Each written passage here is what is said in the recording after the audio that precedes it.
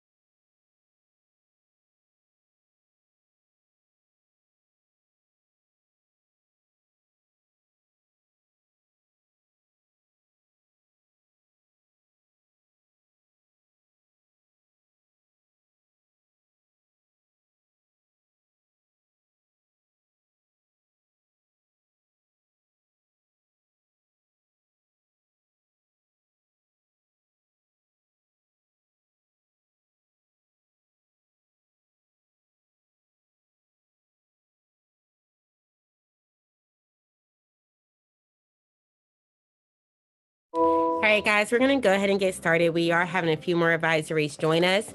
Thank you so much for joining this morning's huddle. I shared last week in the State of Nexus that we'll be coming back on today so I can share with you all important updates about Student Government Association. So if you have been here at Nexus for a few years, you know that every year we have Student Government Association. During this quick huddle, I'm going to tell you all what is that, and I'll also let you know what positions are available and how you can potentially be the president, vice president, or secretary of KIPP Nexus Middle School for the 22-23 school year. So we're going to take a few moments to talk about what is SGA. I'm going to share with you the positions we have available this school year. Along with that, you'll also receive the expectations that come along with each of those positions, and then I'll let you know how to join and how to apply for SGA. So some of us may be asking, what exactly is SGA? Student Government Association is simply an organization that allows for the students to have a voice in what is happening on campus. You have a chance to represent your peers, to bring ideas to Ms. Young, and to help make KIPP Nexus Middle School even more exciting for you and also your classmates. Through SGA, you'll be able to create events. You'll be able to speak to the administration team to share concerns of students. And you'll also be able to represent our school at any special events we have on campus and also off campus. So let's talk about the positions that are available. The first position is our student body president. This person represents the entire school. So think about President Joe Biden. That person would be the Joe Biden of KIPP Nexus Middle School. The student body president can only be an 8th grade student. So sorry, lower school, and sorry, 7th grade. 8th grade are the only students who are eligible to be the student body president. We also have senators. This is new. In each advisory, one person will be elected to be your advisory senator, and I'll explain more about what that means. We also have vice presidents. So we have the 8th grade vice president, the 7th grade vice president, 6th grade vice president, and 5th grade vice president. So this is open to all grade levels. There will be one vice president per grade level. We also have our secretary, who can be a student that's in 6th through 8th grade, our student body treasurer, who can only be in upper school, and our student body historian, that can be any student at KIPP Nexus Middle School. So let's talk about the student body president. Again, this can only be an 8th grader. This person will oversee all the meetings for SGA. They will help to develop and assign members to committees we have on campus. They will also follow up with all the officers to make sure they're doing what they're supposed to do. The SGA president will also frequently meet with their advisor, which is me, to help them plan meetings and also discuss upcoming events. This person must be a positive representation of our Bobcat community. They will also have a chance to frequently meet with not only me, but the entire administration team to share concerns. And this person must have a GPA, which is a grade point average. Sorry, I need to move my screen, of a 3.2. I will be looking at all grades and I will calculate to make sure you have the GPA in order to be the student body president. How do I know if I'm fit to be a student body president? If you enjoy speaking in front of people, if you also enjoy working with others, if you do well with leading a group, and if you're a self-starter, that means you don't need anyone to tell you to do something. You think about it and you do it. You will be a great fit to be our student body president. Our vice presidents, and this is for all vice presidents, you will work closely with the student body president. If for 8th grade, if the student body president is not present, the 8th grade vice president will then step in, and then it'll go to 7th, 6th, and 5th, depending on who is not present. The vice presidents will also meet frequently with the president to discuss any upcoming events like dances, activities we have on campus to better plan them. The vice presidents will also meet with their grade level chairs to discuss what's happening on their grade level and how they can help to make the grade level more fun, and also to make sure students are meeting expectations.